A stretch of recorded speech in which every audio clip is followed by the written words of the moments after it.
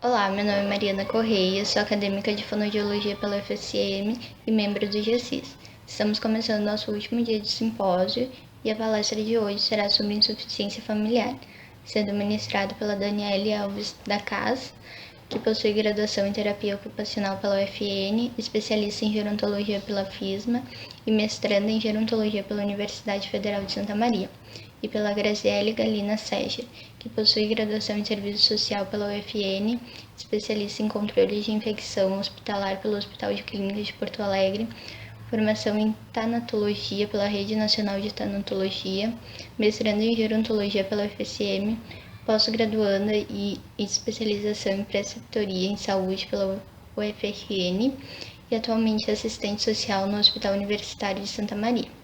As dúvidas que surgirem sobre o tema serão respondidas ao final da palestra e também será disponibilizado um link para a confirmação da presença da aula de hoje. Olá pessoal, tudo bem?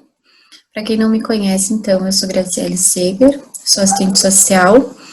Atualmente eu trabalho no Hospital Universitário de Santa Maria e hoje eu vim aqui conversar com vocês sobre a insuficiência familiar, juntamente com a minha colega Daniela Alves da Cas, que é terapeuta ocupacional. Bem, a insuficiência familiar, então, ela é descrita como uma síndrome geriátrica, está diretamente associada à fragilização e inexistência de suporte familiar, cuja abordagem, então, é extremamente complexa, tá? Quando a gente vai avaliar, então, um idoso, né, fazer uma avaliação multidimensional do idoso, a gente precisa também avaliar a dimensão sociofamiliar, considerando que a família é a maior provedora de suporte desse idoso, né, principalmente daquele idoso frágil, né, que vai demandar maior atenção, maior cuidado. É importante conhecer, então, alguns fatores relacionados à insuficiência familiar para a gente melhor compreender essa dinâmica, tá? Mudanças na estrutura familiar, elas têm acontecido, né, no decorrer dos últimos anos, né? Isso se deu principalmente por dois motivos, tá? Houve, então, uma redução da taxa de fecundidade, então as famílias, elas estão menores, né? E também houve a inserção da mulher de uma forma significativa no mercado de trabalho, né? Então, novos arranjos familiares se formaram no decorrer desse processo. Também temos a questão do individualismo, a questão dos conflitos intrafamiliares, o histórico de violência, a vulnerabilidade socioeconômica, o histórico de abuso de drogas psicoativas, o histórico de transtornos mentais. Esses são, então, alguns fatores relacionados à insuficiência familiar. Como bem sabemos, então, a saúde do idoso, ela é medida através da funcionalidade, que é a capacidade, então, de gerir sua própria vida ou cuidar de si mesmo. Tem a ver, então, com a autonomia e independência desse idoso. A falta desse suporte social é um dos fatores que contribuem negativamente para a piora da condição clínica e do estado funcional, né, desse idoso. A saúde do idoso, então, né, ela resulta na interação entre a saúde física, a saúde mental, a autonomia, a integração social, a independência econômica, né, e também o suporte familiar. Então, como garantir que o idoso, ele tenha proteção social, né? Essa responsabilidade, a responsabilidade da proteção social é uma ação compartilhada, né, entre família, Estado e sociedade. O Estado se caracteriza, né, pela implementação de políticas públicas e leis, e a sociedade, então, somos nós, que de alguma forma, né, protegemos esse idoso tanto direta como indiretamente. A legislação traz, na sua Constituição Federal de 1988, no seu artigo 229, que os pais têm o dever de assistir, criar e educar os filhos menores, e os filhos maiores, então, têm o dever de ajudar e amparar os pais na velhice, carência ou enfermidade. Mas, então, abaixo, no seu artigo 230, a Constituição Federal traz o seguinte, que a família, a sociedade e o Estado têm o dever de amparar as pessoas idosas, assegurando sua participação na comunidade, defendendo, então, sua dignidade e bem-estar e garantindo-lhes o direito à vida. E o Estatuto do Idoso, então, ele vem complementar tudo isso que já foi dito na Constituição Federal, referindo que é a obrigação da família, da comunidade, da sociedade, do poder público, assegurar ao idoso, com absoluta prioridade, a efetivação do direito à vida, à saúde, à alimentação, à educação, à cultura, ao esporte, ao lazer, ao trabalho, à cidadania, à liberdade, à dignidade, ao respeito e à convivência familiar e comunitária.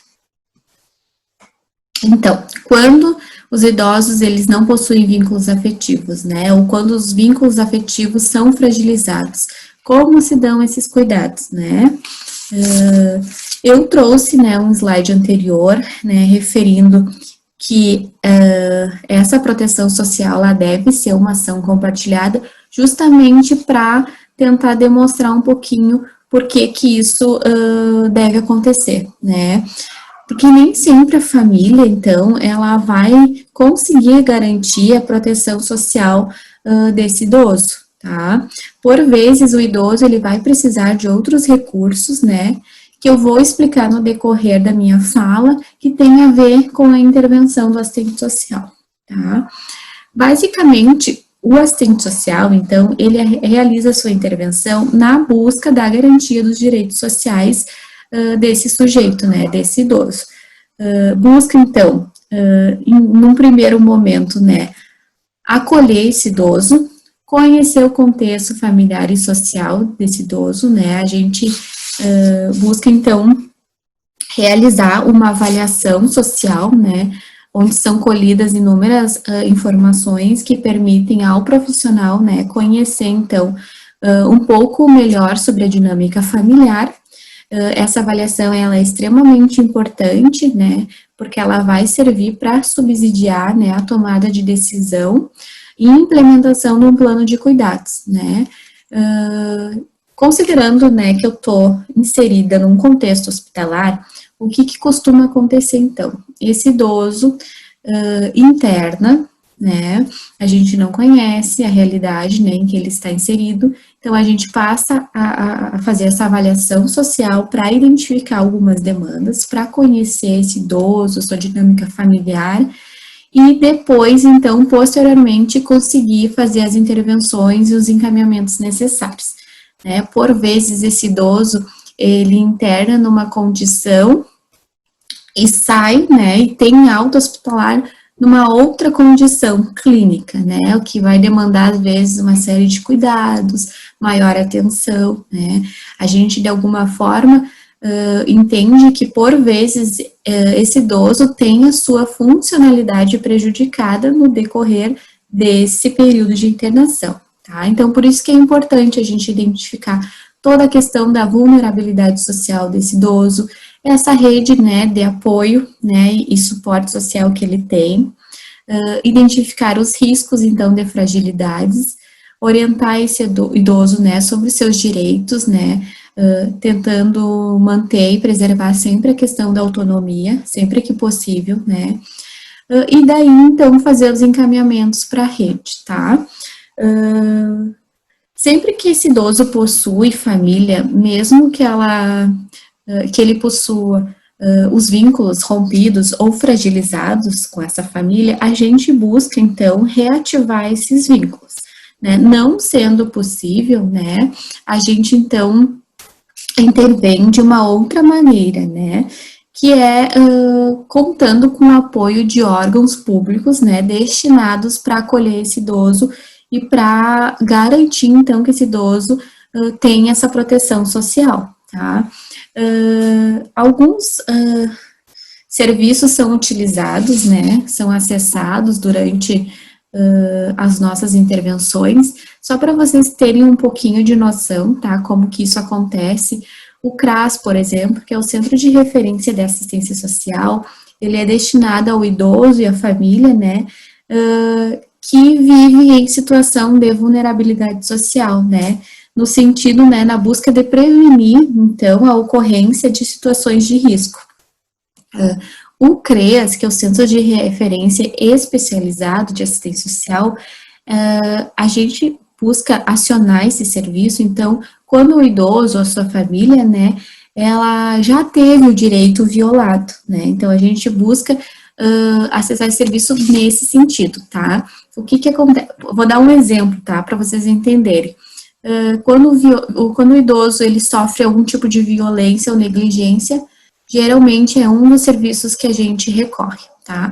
A questão do conselho do idoso é extremamente relevante, talvez muitas pessoas desconheçam, muitos idosos desconheçam, né, desse espaço, que é um órgão, então, representativo, tá, dos idosos, né, e de interlocução, então, junto com a comunidade e o poder público, né, no sentido de ser um espaço de articulação, né, entre o governo, a sociedade civil, né, na formulação de políticas públicas.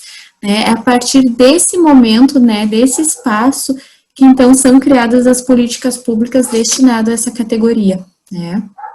A questão da delegacia do idoso, né, sempre que necessário, as instituições de longa permanência, né, a gente sabe que elas têm aumentado o número de LPIs, justamente porque a família, né, talvez não esteja preparada para acolher esse idoso no domicílio, então a gente acaba recorrendo, né, a essas instituições, a família também de alguma forma, a Defensoria Pública e o Ministério Público, né, de uma forma quando nenhuma dessas alternativas anteriores são capazes de suprir, né, as necessidades, as demandas desse idoso, né.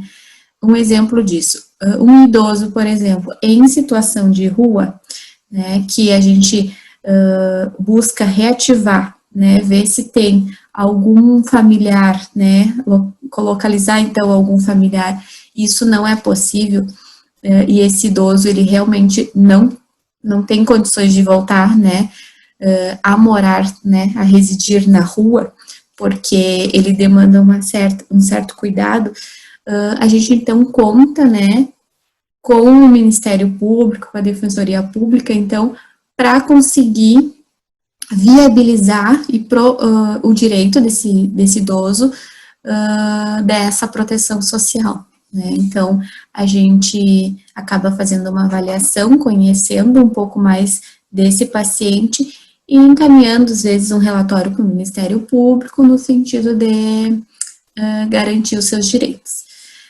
Pessoal, eu acho que, assim, resumidamente, é isso que eu tenho para falar para vocês nesse momento. A Dani, ela vai colocar, vai dar continuidade, então, né, a minha fala, que vai estar sendo bem importante, assim, para vocês conhecerem um pouco mais, né, desse suporte, dessa rede, da intervenção, então, da terapia ocupacional, né, com o idoso, e eu acho que é isso. Depois eu fico à disposição, então, para tirar as dúvidas e para conversar um pouquinho mais com vocês, tá?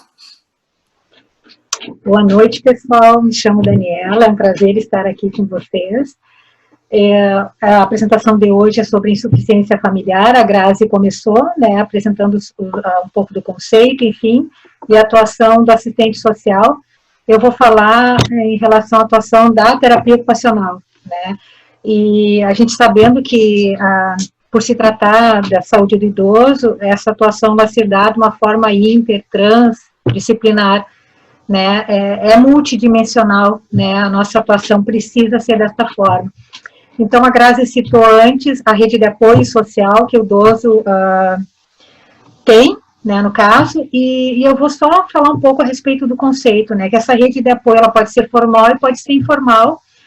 Qual é essa rede de apoio formal, né? São serviços de atendimento que incluem as políticas públicas, serviços da saúde, serviços sociais, instituições, as ILPIs, por exemplo, né, as casas de apoio, as instituições jurídicas, a previdência, os hospitais, o atendimento domiciliar também que é realizado, né, os cuidados diurnos, hospital-dia, centro-dia, enfim, né, esses são a rede de apoio formal, certo? As informais, então, são as relações marcadas pelo quê? As trocas entre familiares e os cuidadores, né, os profissionais, esses vínculos, né, que vão gerar esse relacionamento, então. Pode ser um vizinho, de repente, se não tem um familiar mais próximo, né? Então, são pessoas que são referências, né? Que vão buscar ações, então, para beneficiar esse idoso e ter acesso à saúde, certo? Então, a abordagem da terapia ocupacional, né? Lembrando sempre que tem que ser multidisciplinar, a gente não faz nada sozinho, né? Precisamos da atuação de todos os profissionais em conjunto, né? E isso é bem amplo. Então, falando especificamente da TO, e alguns dados vocês vão ver, alguns tópicos, que ele é uma engrenagem, essa rede, né? Que engloba as outras profissões também, né? Então, esse olhar diferenciado que a gente tem que ter para o idoso, se não for, assim, um olhar pensando nas outras profissões também em conjunto, vai ser um atendimento incompleto, certo? Então, os principais tópicos, ok? Então, promover qualidade de vida aos idosos e os familiares cuidadores, né? Que todos os profissionais da saúde a gente pensa nisso, né? Porque a gente sabe o quanto é estressante a vida do cuidador também, né? A reorganização dos papéis e dos desempenhos ocupacionais, porque essa reorganização da rotina, ela vai ajudar o quê? Ao idoso a se manter o mais independente e autônomo possível. Pensando lá na questão da parte funcional, a gente sabe o quanto é importante a gente manter esse idoso o mais ativo possível, né? O incentivo à autonomia e independência, muitas vezes esse idoso se mantém autônomo, mas não tem independência, né, para realizar algumas atividades do dia a dia, por exemplo, de lazer, do cotidiano. Então, a importância dessa conversa com esse familiar e cuidador, para que não tire pelo menos a autonomia, né?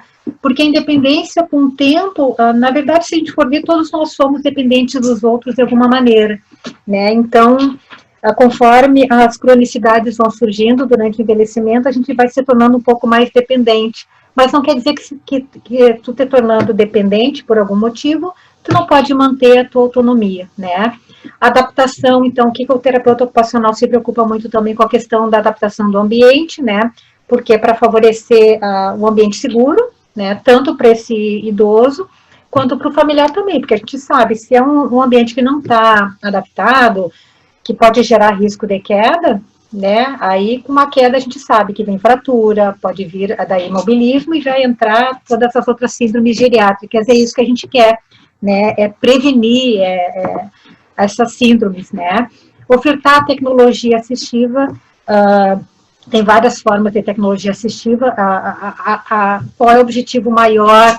Então, quando a gente oferta uma tecnologia assistiva, uma adaptação, por exemplo, em objetos de uso, assim, no dia a dia, engrossamento de talher, uma prancha de comunicação, né, que as gurias estavam falando ontem a respeito disso, né, então, ofertar essa tecnologia assistiva para que esse idoso se mantenha o mais saudável, independente e autônomo possível, certo? Facilitar a execução das tarefas diversas de forma efetiva, segura, econômica, confortável, prazerosa, porque a gente pensa também nessa questão da postura, enquanto está realizando as suas atividades de vida diária, né, atividades de lazer, sejam elas quais forem, né, para que realize de uma forma segura, para se evitar novamente, volta a questão das quedas, né, uma forma econômica também, a forma econômica, pensando na questão se tem um déficit motor, por exemplo, né, uma forma, então, de não estressar, né, esse idoso também, pensando nisso, né, desculpe a redundância, também para que ele realize as suas tarefas de uma forma confortável e também prazerosa, né, o prazer é algo que a gente se preocupa muito, né, com essas atividades que são significativas, certo? Porque muitas vezes o cuidador, no intuito de querer ajudar, enfim, acaba não levando muitas vezes em conta a vontade, o desejo desse idoso, né, se ele quer realizar aquela atividade, sim ou não, né. Então, a manutenção da capacidade funcional, que a gente sabe que se não se mantém, não se promove essa capacidade funcional, aí realmente as síndromes geriátricas se instalam de uma forma e às vezes sem uma reversão, né. Então, a capacidade funcional, um mínimo, menor movimento que seja realizado de uma forma independente, ela é extremamente benéfica, né, em todos os sentidos, no sentido de a questão desse sentir o fortalecimento da identidade, a questão da autoestima, de saber que consegue fazer algo, né. Então, esse é um cuidado que a gente tem, assim, de estar orientando, às vezes, esse familiar e cuidador, para que realmente, e isso é um enfoque que a gente tem muito grande, de deixar, de empoderar esse idoso para que ele realmente faça as suas atividades, por menor que seja, de uma forma independente. E isso vai ajudar na capacidade funcional, na manutenção, né? Proporcionar estímulos cognitivos, esses estímulos cognitivos, a gente pode, no caso, o terapeuta ocupacional está proporcionando através de jogos, né, de atividades pensadas no enfoque nas funções cognitivas, como raciocínio, memória, concentração, resolução de problemas, por exemplo, né, mas a gente ter bem claro isso, que esses estímulos cognitivos, eles acontecem no dia a dia, em todas as atividades que a gente está fazendo no dia a dia. Então, por isso a importância, novamente, da gente sempre estar disponibilizando a questão da independência, né? Porque no momento que acorda, vamos supor, né, pensando na ocupação humana, do momento que tu acorda até o momento que tu vai, né, deitar e dormir, tu tem que saber como é que tu vai fazer para retirar o pijama, por exemplo, quais as peças de roupa que tu tem que colocar, a ordem com que tu vai colocar essas roupas, a questão da higiene, né, pessoal, como é que ela vai ser feita. Então, isso tudo tu tem que estar, o idoso, o indivíduo, ele vai ter que estar lembrando como é que ele realiza essas atividades, né. Então, de repente, se não lembra mais qual é a peça que vem primeiro, então o familiar que está junto, o cuidador, enfim, orientar, mas tentar deixar para que ele, se ele consegue realmente se vestir de uma forma independente, que ele realize. Se por um acaso ele não consegue, aí vai entrar a questão da tecnologia assistiva, que o terapeuta ocupacional ele vai pensar de que forma esse idoso pode se manter independente. Por exemplo, um paciente pós um AVC que está com uma dificuldade na motricidade fina no puxar o fecho, né, do casaco, por exemplo. A gente pode adaptar colocando uma argolinha lá no fecho para que ele consiga introduzir o dedo e puxar desta forma, de uma forma independente, né? Então, assim, a independência é o nosso, assim, foco maior, porque a gente está pensando só na questão não só nessa questão da satisfação, como eu disse antes, mas na questão da capacidade funcional, na manutenção. E são nesses pequenos gestos, né? Porque às vezes a gente vai, quem é da área, né, vai prestar um atendimento, seja ele qual for, às vezes tu percebe que o idoso ele tem a capacidade de se alimentar sozinho, por exemplo, mas apresenta uma certa lentidão, porque está acostumado, digamos assim, com alguém que faça por ele, né? Então, incentivar sempre a questão da independência. Então, estimular o convívio social, educacional, de trabalho, de lazer, porque isso também vai fazer parte dos estímulos cognitivos, né? A questão da socialização, desse convívio social, que agora com essa pandemia, né, infelizmente não está sendo possível mais pelas mídias, né? Mas essa interação com os familiares, enfim, né, ela é importantíssima, né?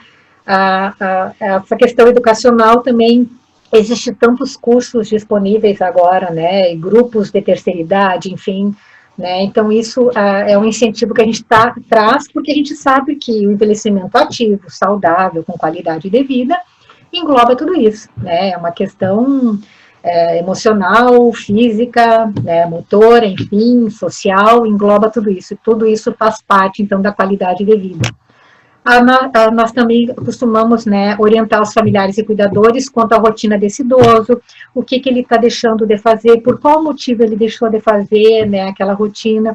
É muito comum também a gente observar, assim, quando realiza essa visita domiciliar, e por isso que é bem importante a questão da visitação, essa rede domiciliar, né, porque dali tu observa como é que se dá essa participação da família ou de um vizinho, enfim, no cuidado com esse idoso, né? O que pode ser feito, o que pode ser adaptado para que ele se mantenha o mais independente possível. Então, a gente ajuda nessa questão. Por exemplo, com o idoso que apresenta algum quadro demencial, como é que faz para organizar essa rotina, manter essa rotina, que isso é muito bom, é muito importante, não é muito bom, é importante para que se mantenha, alivie essas questões da desorientação quanto ao tempo e ao espaço também, né? O que o terapeuta ocupacional também faz, assim como os outros profissionais, nós somos a escuta também, né? É muito importante a questão da escuta, né? Tanto desse idoso quanto do familiar, né? Para quê? Qual é a intenção? É estimular, ajudar a proporcionar um convívio mais saudável, porque sabemos o quanto é estressante, como eu já comentei antes, a questão o familiar, o cuidador, o quanto é estressante, né? Então, você escuta de um, você escuta de outro em separado, né? Para ver o que está acontecendo, o que pode ser feito em relação a isso. Elaborar, aplicar e avaliar políticas e programas gerontológicos que aumentem e difundam, né, as possibilidades, os programas, né, para o idoso, as potencialidades, desculpe, dos idosos, né? Desenvolver atividades socioculturais junto com os outros profissionais também, né? Desenvolver programas de educação e saúde, planejar atividades em grupos intergeracionais, e isso a gente sabe os benefícios do convívio intergeracional, né? Vem lá a criança, o jovem com todo o seu dinamismo, e o idoso com toda a sua sabedoria, né? Então essas trocas, assim, são fantásticas, né? Elaborar e implementar projetos e programas de microempreendimentos que possibilite a continuidade da atividade produtiva, caso esse idoso assim desejar, né? Seguir com uma vida autônoma, digamos assim, um papel, né, produtivo autônomo, enfim, seja como for, né, se ele assim desejar. E elaborar também, implementar programas de preparação para aposentadoria, né, que isso a Priscila falou dias atrás também a respeito disso, envolvendo o planejamento do tempo, a elaboração de novos projetos de vida, né, porque não é porque tu envelheceu, enfim, tu te aposentou, que tu não vai ter mais projetos de vida. Algumas pessoas, sim, claro, não querem mais, querem ficar por casa, não querem mais fazer nada, né? Mas isso vai depender muito do estilo de vida de cada um, né? Mas se tem algum projeto de vida, então a nossa contribuição é, junto com ele, pensar que projeto de vida, o que ele deseja, né? E a gente tentar tornar esse sonho, esse projeto possível. Implementar também programas de extensão universitária para os idosos, inclusão de disciplinas sobre envelhecimento nos diversos níveis de formação, técnico, graduação e pós-graduação. Então, vejam bem o que eu estou trazendo aqui, é a terapia ocupacional, mas os outros profissionais também, né? E essa equipe multidisciplinar é muito importante para a gente conseguir colocar em prática tudo isso. Desenvolver e aplicar atividades de estimulação das habilidades, sejam elas quais forem, comunicação, interação interpessoal, intragrupal, intergrupal, eu estava me lembrando agora o Acampa Vida, né, a realização que é feito aí já há anos, né, na UFSM. Lembrei também do projeto da professora Keila, né, o Pacto, que lá no final tem também ali o emblema do Pacto, que é um projeto muito bacana da professora Keila, de extensão aí do curso de terapia ocupacional, que é para ser um acolhimento desses cuidadores, por exemplo, né? Tem os projetos também de extensão da professora Melissa Lampert, né? Então, isso tudo nós também trabalhamos. Abordar o idoso a partir das suas habilidades remanescentes, né? Incentivando então, ele se envolver ativamente nas atividades de vida diária, nas atividades de lazer, tudo que for relacionado com o interesse dele, certo? E com a sua realidade socioeconômica e cultural. Isso tudo a gente tem que levar em conta, né? Avaliar e identificar as necessidades funcionais, as necessidades motoras, o que ele deixou de fazer dentro de casa, dentro do seu domicílio, ou seja, dentro da ILPI, seja onde ele estiver. Por que ele deixou de realizar aquela atividade? O que a gente pode adaptar no ambiente ou em um dos objetos para que ele se mantenha realizando essas atividades, né? Desculpe. Incentivar e promover a realização das atividades significativas, é importantíssimo levar em conta a opinião, o desejo, né, da pessoa, nem sempre que a gente acha que é viável, que é mais saudável, ele vai perceber dessa forma, né. Orientar, então, novamente, os familiares e cuidadores na prevenção das quedas e dos acidentes. Lá, anteriormente, eu falei na questão de adaptar o ambiente, né, com luzes, retirada dos tapetinhos, colocação de barras de apoio, por exemplo, evitar subida em degraus móveis com quinas, né, tudo isso, então, numa conversa, respeitando sempre esse desejo e olhando no olho o idoso, conversando com ele, não conversando como se a pessoa não estivesse ali levando em conta, em consideração o que ele realmente deseja para a vida dele, né? Realizar o planejamento e adaptação do ambiente, que visa, então, a eliminação de barreiras arquitetônicas, às vezes são alguns degraus que tem na casa, se não tem como retirar esses degraus, colocar, fazer... incentivar, então, a instalação de uma rampa, né, colocação de barras de apoio em volta desses degraus, às vezes para sair, para entrar na residência, né, às vezes a retirada de um box também para poder entrar com mais segurança dentro do banho, do box para tu poder tomar um banho, por exemplo, né, visando sempre a segurança desse idoso, então, no seu domicílio, ou seja, no ambiente onde ele estiver, certo? Propor e incentivar também atividades de estimulação cognitiva, que eu já disse anteriormente, que essas atividades se dão não apenas com jogos, com atividades de escrita, de leitura, que a leitura é um dos melhores exercícios de estimulação para a memória, mas incentivar a ação, né, no cotidiano, né, nas atividades de vida diária, seja no que for. É importante, né, a gente sabe que o corpo parado, ele adoece, né, em todos os sentidos, né. Abordar o idoso, então, a partir... Essa já foi. Opa, pulei demais, né? Abordar o idoso a partir das habilidades remanescentes já foi.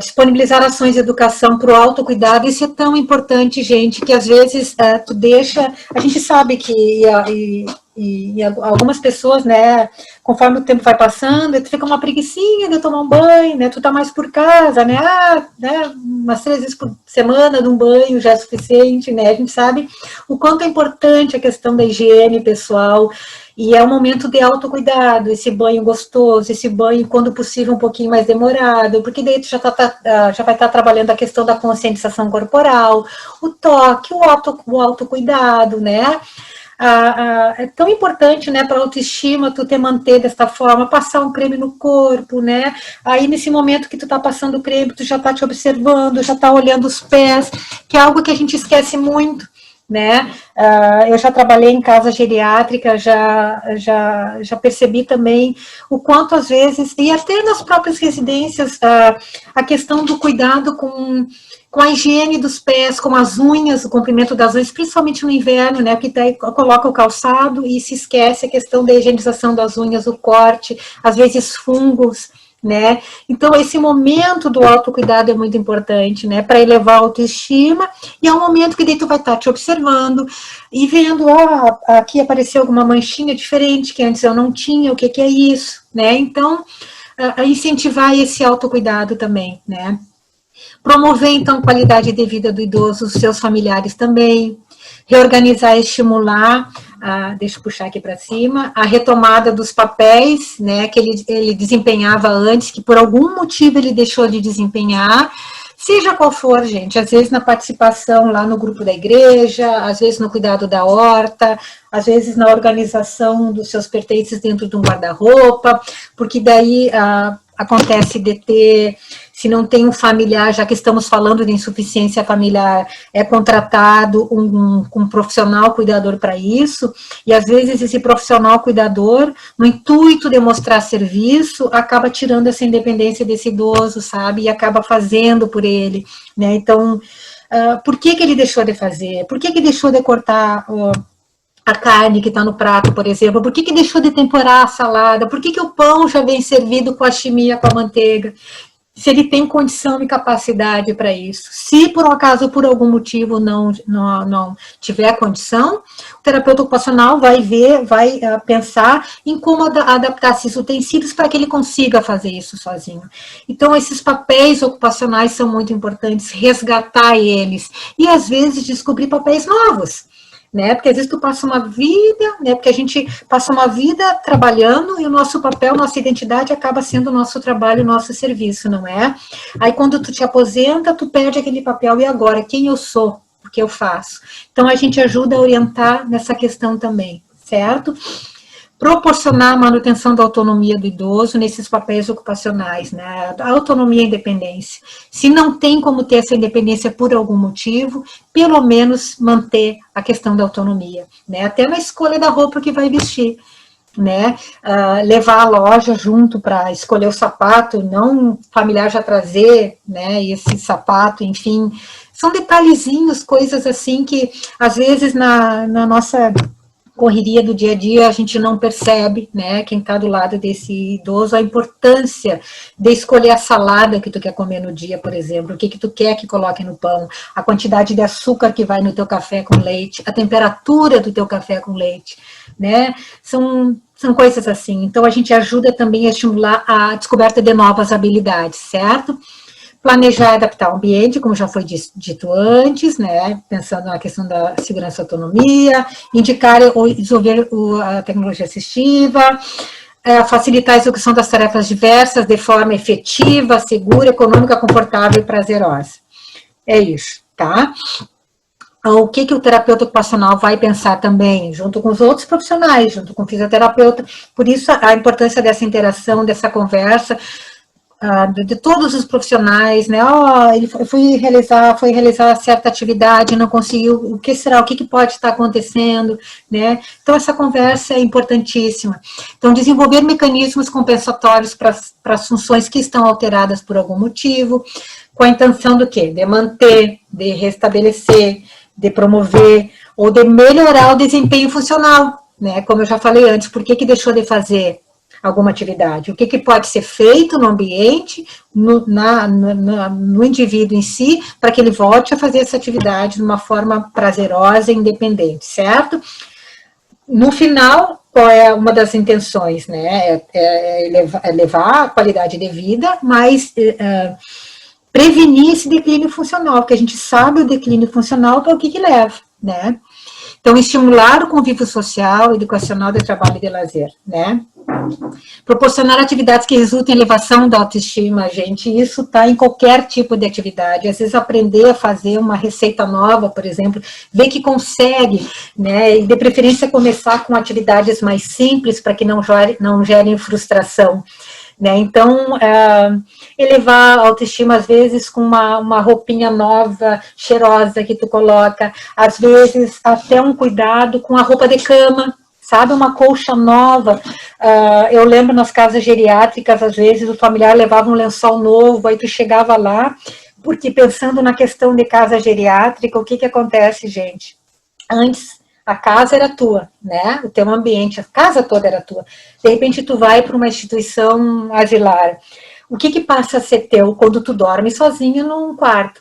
É o teu quarto, é o teu mundinho que está ali, né? Então, pensar na questão da decoração desse quarto, né? Um idoso que está morando junto com os outros familiares, por exemplo, né? Então, às vezes, uma colcha nova que tu coloca, um objeto para decoração, um lençolzinho agradável, cheiroso, isso tudo eleva a autoestima, né? Ele faz ele se sentir importante e amado, né?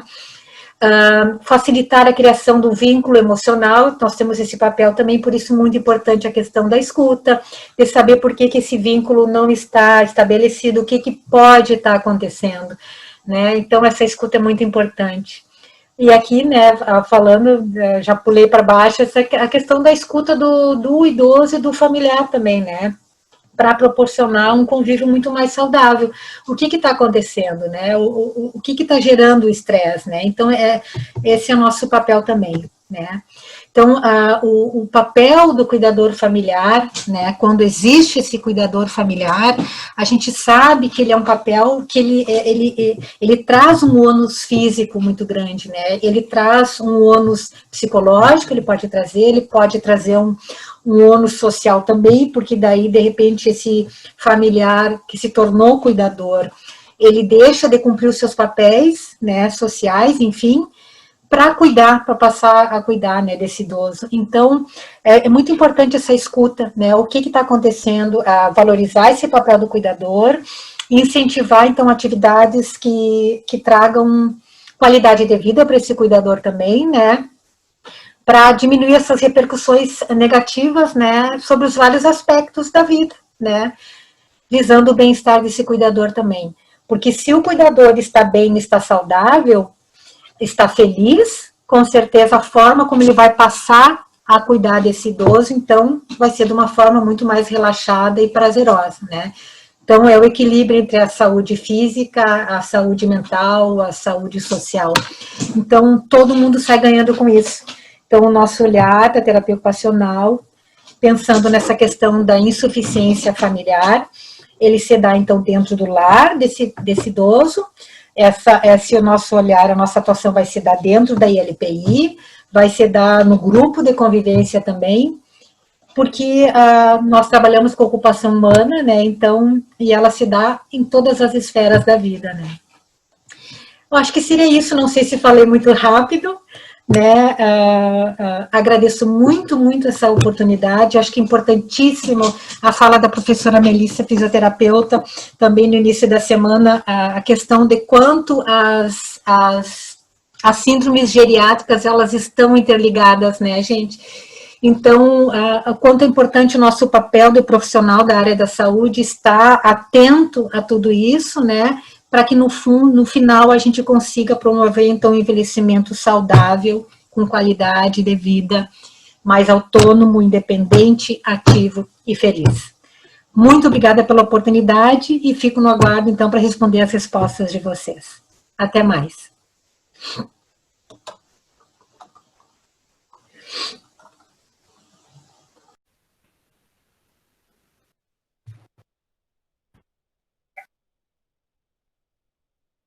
Boa noite, pessoal. Todos conseguem me ouvir bem? Sim. Oi, Dani. Oi, querida. Tá me ouvindo também? Sim, tá bem bom, então. Tá bom. Então, a gente vai começar a tirar as dúvidas que surgiram das palestras de hoje. A primeira que foi cada vez se tem focado em ganhar anos de vida e muitas vezes está não bem acompanhado de qualidade. O quão importante seria a promoção de saúde nas comunidades? Quer responder, Dani? Ou quer que eu responda? Fala, Grazi. Se eu tiver que complementar, eu complemento. Né? Que é Isso. das duas questões. Tá bem. Boa noite, pessoal. Vocês estão me escutando bem? Sim, tá bem bom, então. Tá.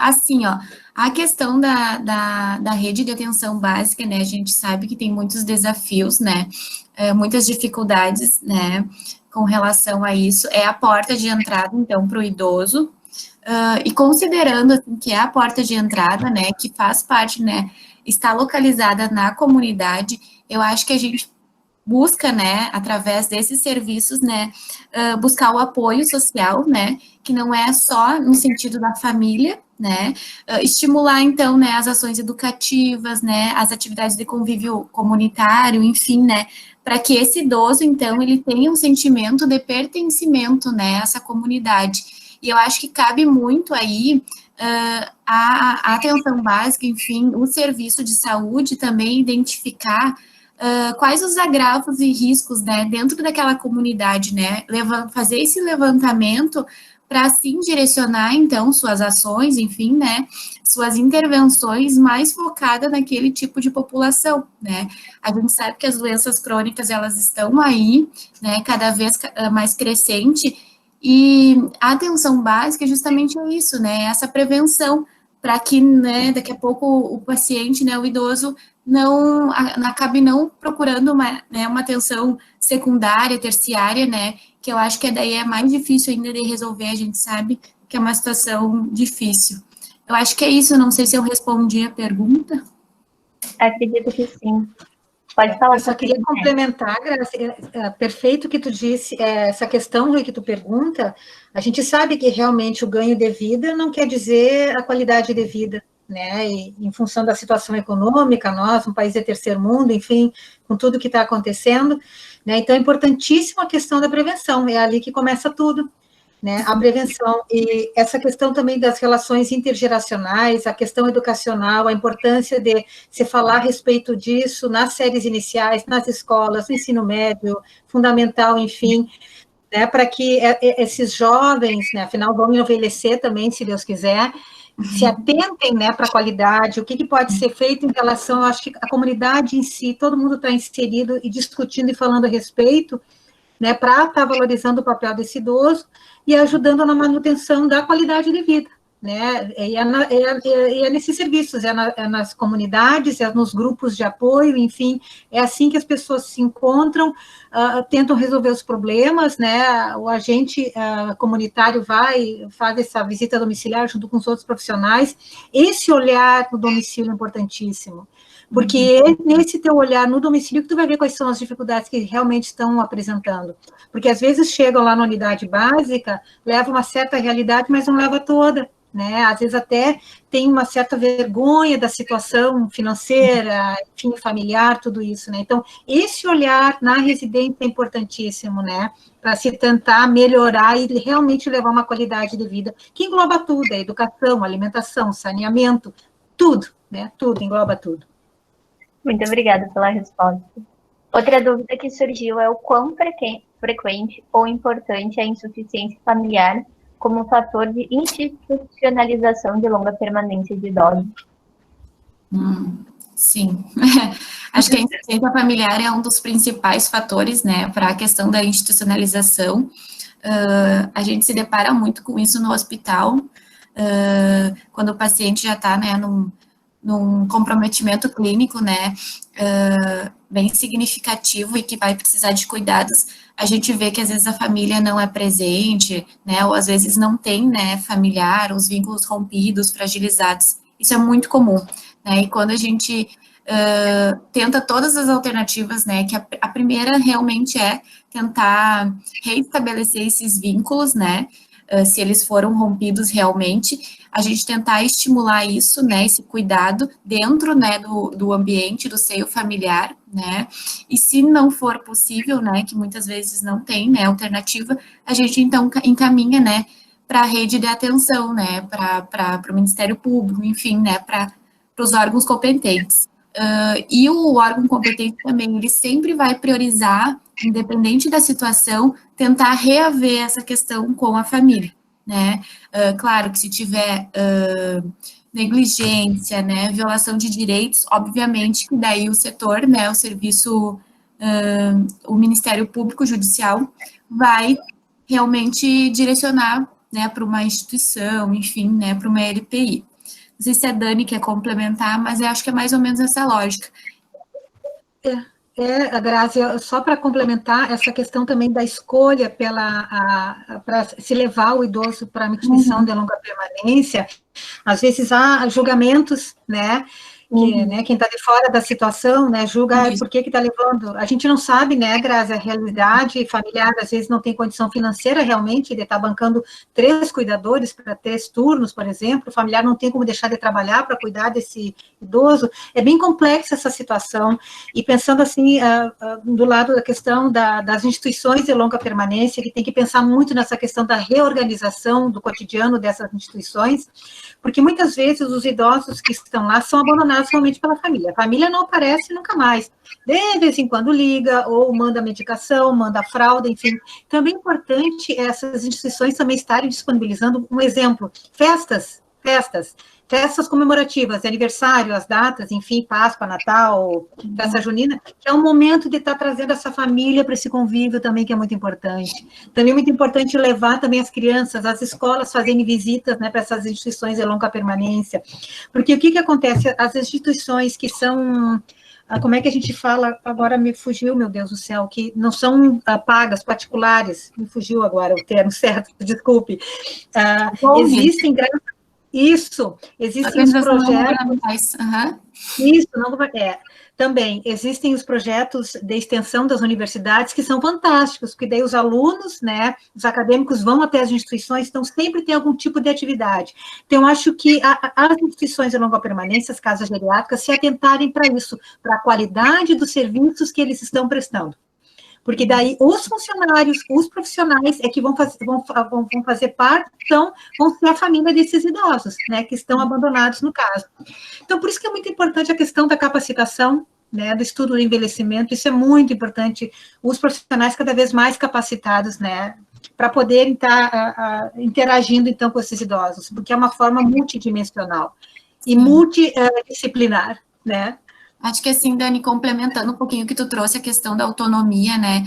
Eu acho que também a gente tem que ter esse cuidado maior, assim, com relação à autonomia do idoso, porque por vezes ele não tem aquela família disponível, mas ele não quer ser institucionalizado, né? Então, como que a gente tem que prestar atenção, né, nessas questões, e às vezes quando a gente vai escrever para um relatório, por exemplo, assistente social que escreve relatório para um MP, a gente tem que se atentar a esses detalhes e colocar isso no relatório, porque a gente não tem que impor nada, né, para o idoso. Então, isso é tão importante, né, a questão também do processo de interdição ali, quando aquele idoso, né, não está mais interagindo, né, não tem mais aquela vida social, não consegue mais se comunicar, muitas vezes, né, e precisa ser interditado.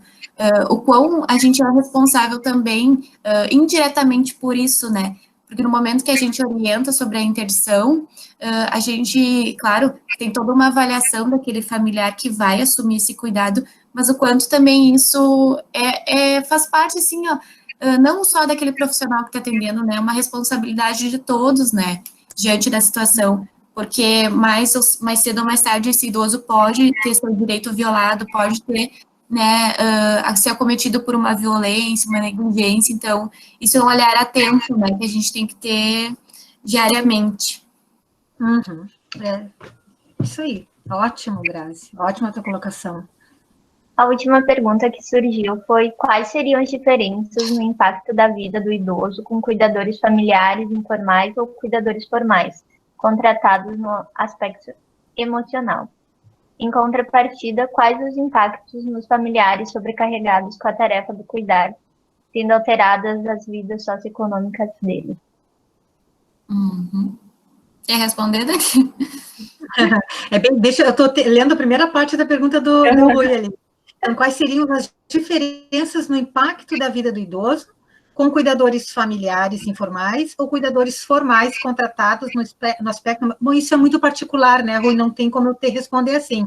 O que a gente sabe é que, obviamente, claro, tem o cuidador familiar, porque daí vai toda essa questão de uma vida inteira. Tem familiares que não querem cuidar daquele idoso porque tiveram uma relação não muito afetiva. Isso é bem complexo. Mas, às vezes, tu não tem como fugir disso porque tu não tem como pagar um cuidador formal, né? Então, isso é bem complexo, essa tua pergunta, Rui, não tem como eu te responder assim, né? Para o idoso vai depender das relações interpessoais entre os familiares e esse idoso, não tem como saber, e até, inclusive, essa questão da empatia, do vínculo que é criado com esse cuidador, o que é formal, digamos assim, é uma coisa bem complexo, às vezes surgem algumas dificuldades de relacionamento com o idoso, ou relacionamento com o familiar, esse cuidador, sabe? É como eu disse antes na minha fala, que às vezes esse profissional que está sendo pago, ele quer mostrar o serviço, quer mostrar o trabalho dele, né? E acaba fazendo pelo idoso e tirando a questão da autonomia e independência, né? Esse cuidado tem que ter.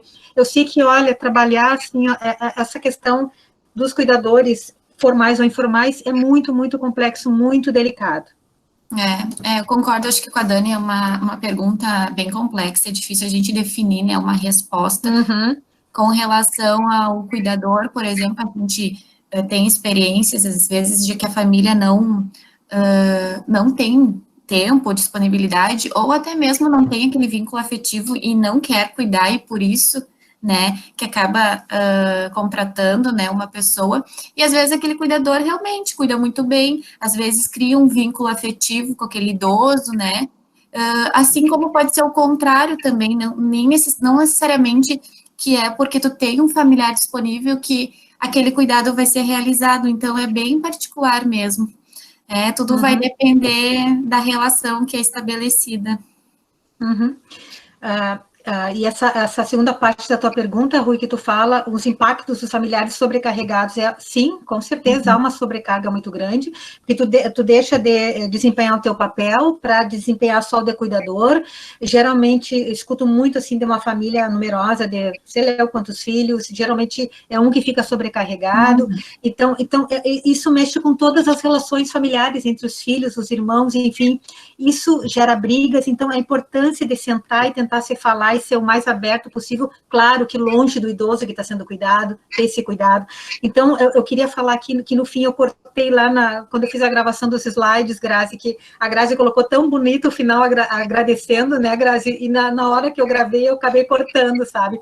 Mas assim, e ali também consta, eu coloquei a logo da Abraço Regional Santa Maria, e o Pacto, que é esse projeto que eu falei antes, a professora Keila, abraça agora em função, os encontros não são mais, eram quinzenais, né, em função da pandemia, mas para saber esses cuidadores, procurem as páginas no Facebook do Pacto UFSM e da Abraço Regional Santa Maria, que é um meio também de trazer um pouco esse relaxamento para esse cuidador. Então, esse cuidador precisa realmente se cuidar, ter um momento de relaxamento, porque senão ele vai adoecer. Aí vão ser 2 pessoas precisando ser cuidadas, né, dentro do recinto.